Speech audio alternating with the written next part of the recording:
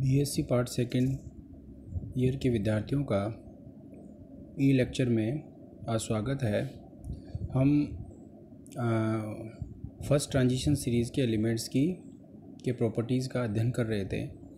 इसमें next property है standard electrode potential. देखिए, जनरली मेटल्स जो हैं वो इलेक्ट्रॉन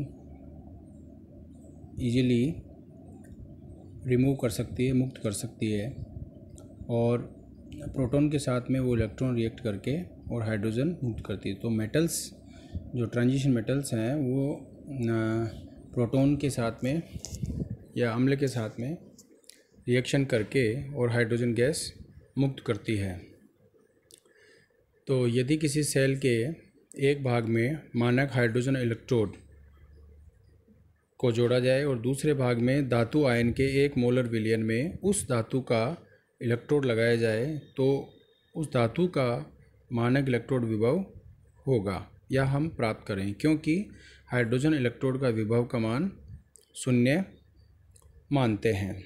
देखिए, किसी भी धातु के लिए मानक इलेक्ट्रोड विभव को सदैव स्टैंडर्ड रिडक्शन पोटेंशियल के द्वारा प्रदर्शित करते हैं। इसलिए करते हैं कि उसमें जो रिडक्शन पोटेंशियल का मान जनरली जो संक्रमण धातुएं हैं होती हैं उसका मान निगेटिव ऋणात्मक होता है।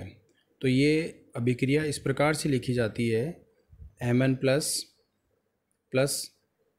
n इलेक्ट्रॉन और मेटल कैन फॉर्म। तो रिडक्शन पोटेंशियल का मान प्रदर्शित करने के लिए रिडॉक्स अभिक्रिया को अपचयन अभिक्रिया के रूप में लिखा जाता है। अब हम आवर्त सारणी के प्रथम श्रेणी के जो संक्रमण तत्व हैं उनके मानक अपचयन विभवों का मान देखते हैं। तो उसमें cobalt, copper, cobalt third plus, copper plus और कॉपर 2+ के अलावा समस्त धातुएं जो होती हैं उनके मानक अपचयन विभव का मान ऋणात्मक होता है। और जिन धातुओं के लिए मानक अपचयन विभव का मान ऋणात्मक होता है वो धातुएं अपचायक प्रकृति प्रदर्शित करती है और अम्लों के साथ क्रिया करके हाइड्रोजन गैस को मुक्त करती है।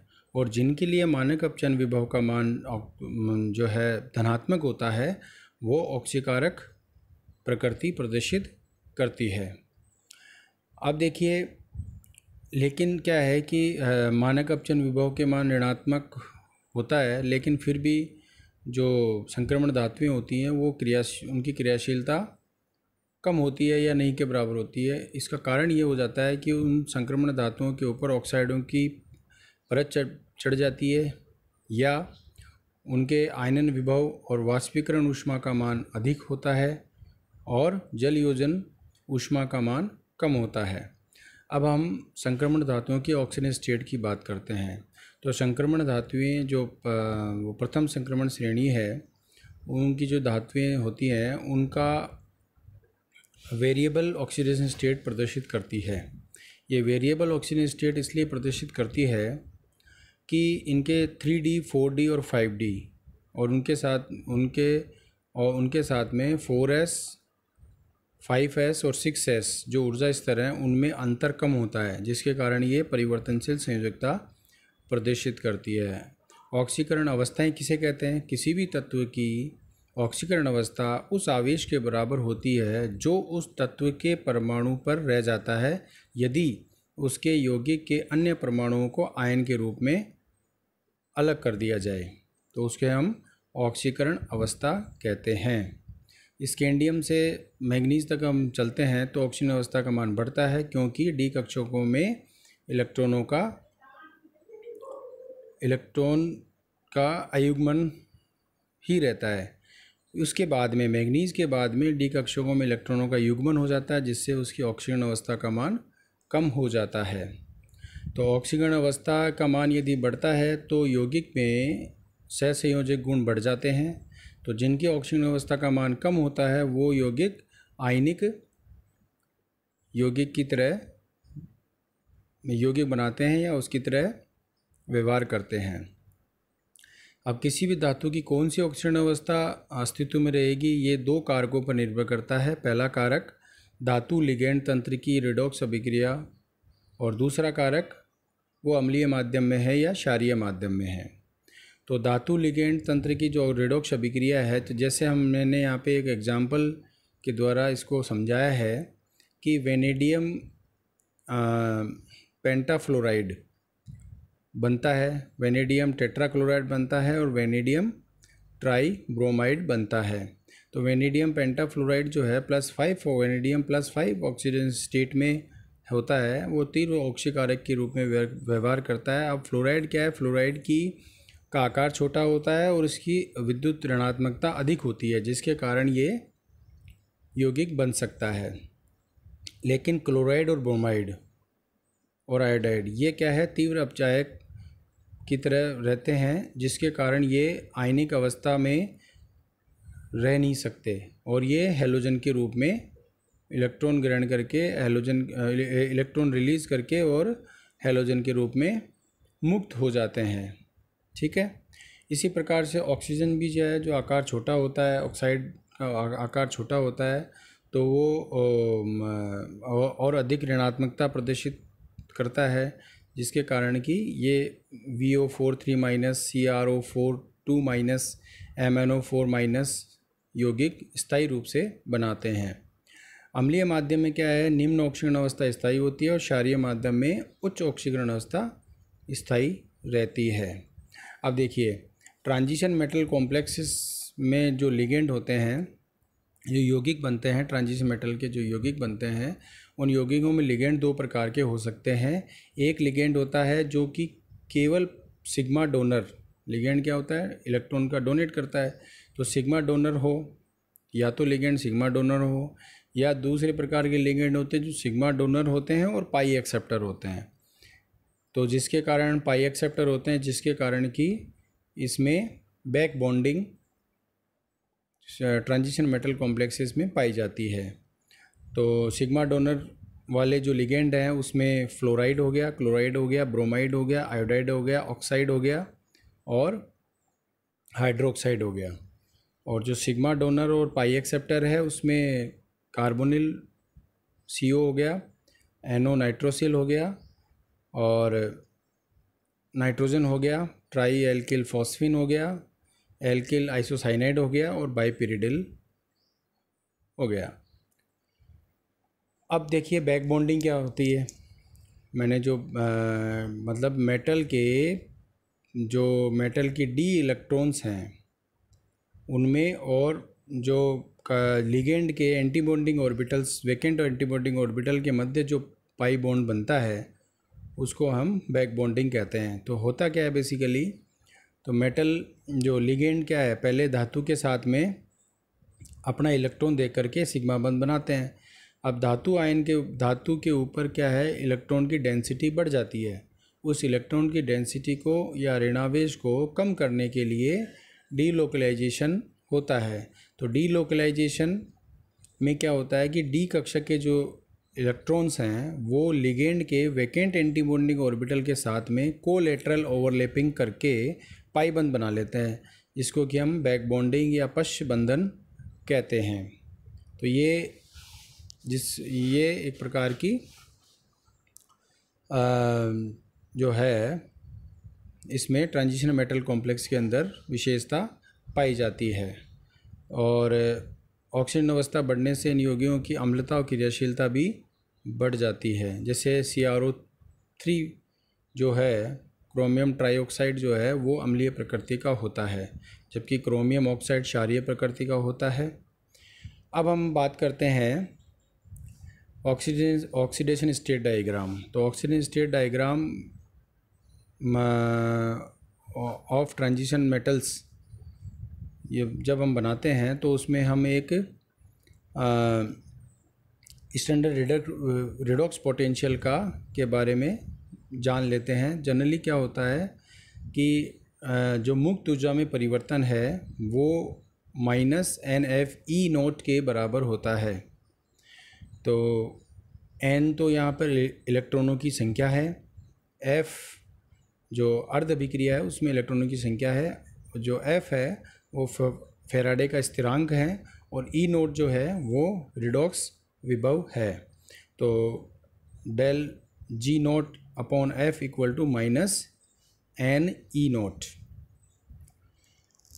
तो किसी भी तत्व की विभिन्न ऑक्सीकरण अवस्था और मुक्त ऊर्जा के विरुद्ध जो आरेख बनता है उसे हम ऑक्सीजन स्टेट डायग्राम या लेटिमर डायग्राम कहते हैं।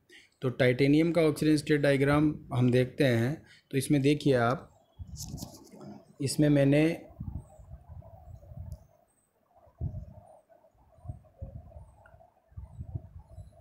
देखिए पहले तो क्या है भाई, आप जैसे इसका ऑक्सीडेशन भाई, इसमें जैसे हम एक तरफ क्या है टाइटेनियम हमने जो है Ti2+ और Ti, और दूसरी तरफ हम उसके एक भाग में जो हाइड्रोजन इलेक्ट्रोड लगा देते हैं। तो इसका जो टाइटेनियम वाले भाग से इलेक्ट्रॉन का प्रवाह होकर के हाइड्रोजन इलेक्ट्रोड की ओर आ जाएगा, और टाइटेनियम हाइड्रोजन आयनों को हाइड्रोजन के रूप में अपचयित कर देता है। तो इसका EMF का मान धनात्मक आता है। लेकिन हमें क्या है, हमें इसका रिडक्शन पोटेंशियल का मान निकालना है। तो इसका रिडक्शन पोटेंशियल इसका ऋणात्मक मान हो गया। तो Ti2+ जो है, Ti2+ 2 इलेक्ट्रॉन ग्रहण करके और टाइटेनियम बना देता है। इसके इलेक्ट्रोड पोटेंशियल या रिडक्शन पोटेंशियल का मान -1.63 है। ठीक है, तो इसके डेल्टा जी नोट का मान कितना हो गया, delta G naught F constant है सबके लिए। तो delta G naught equal to -1.63 into 2, मतलब 2 इलेक्ट्रॉन इस अर्ध अभिक्रिया में 2 इलेक्ट्रॉन पार्टिसिपेट कर रहे हैं, इसलिए इसको 2 से मल्टीप्लाई कर देंगे तो -3.26 आ गया। अब देखिए यहाँ पे मैंने एक ग्राफ बनाया है। इस ग्राफ में देखिए आप, इस ग्राफ में क्या है कि जो एक्स एक्सिस है उसमें ऑक्सीडेशन नंबर मतलब ऑक्सीकरण अवस्थाएं, और जो वाई एक्सिस है इसमें डेल्टा जी नोट का मान हमने इसमें इसके लिख दिया है -5 4 3 2 1 0, और इधर +4 +3 +2 +1 0। तो 0 ऑक्सीजन स्टेट पर टाइटेनियम जो है उसका मान कितना है, 0। उसके बाद में 0 से +2 में आएगा। 0 से +2 में यदि ये आता है तो इसका मान -3.26 है। तो मैंने यहाँ पर -3.26 पे इसका -3 और -4 के बीच में -3.26 पे इसको एक आप डॉट लगा दीजिए। ठीक है, उसके बाद में टाइटेनियम +2 से +3, तो +3 में इसका मान जो है +2 का, या तो आप इसका जो है -2 का मान तो हो गया कितना, -3.26, और टाइटेनियम 3+ से 2+ में जाने पर इसका मान हो गया 0.37। तो ये इनको हमने जोड़ दिया तो इसका मान आ गया -3.63। तो -3.63 पे हमने डॉट लगा दिया। उसके बाद में टाइटेनियम 3+ से 4+, TO2+, मतलब ये +4 ऑक्सीजन स्टेट में हो गया। तो +4 ऑक्सीजन स्टेट में इसका मान आ गया +4 ऑक्सीजन स्टेट में इसका मान ये आ गया प्लस, इसका मान है प्लस ये 1.0 नहीं है, ये सॉरी ये यहाँ पे गलत मेंशन हो गया, +0.10, इसको आप करेक्ट कर लीजिएगा, ये +0.10 है। ठीक है, तो +0.10 को इसमें ऐड करेंगे, किस में,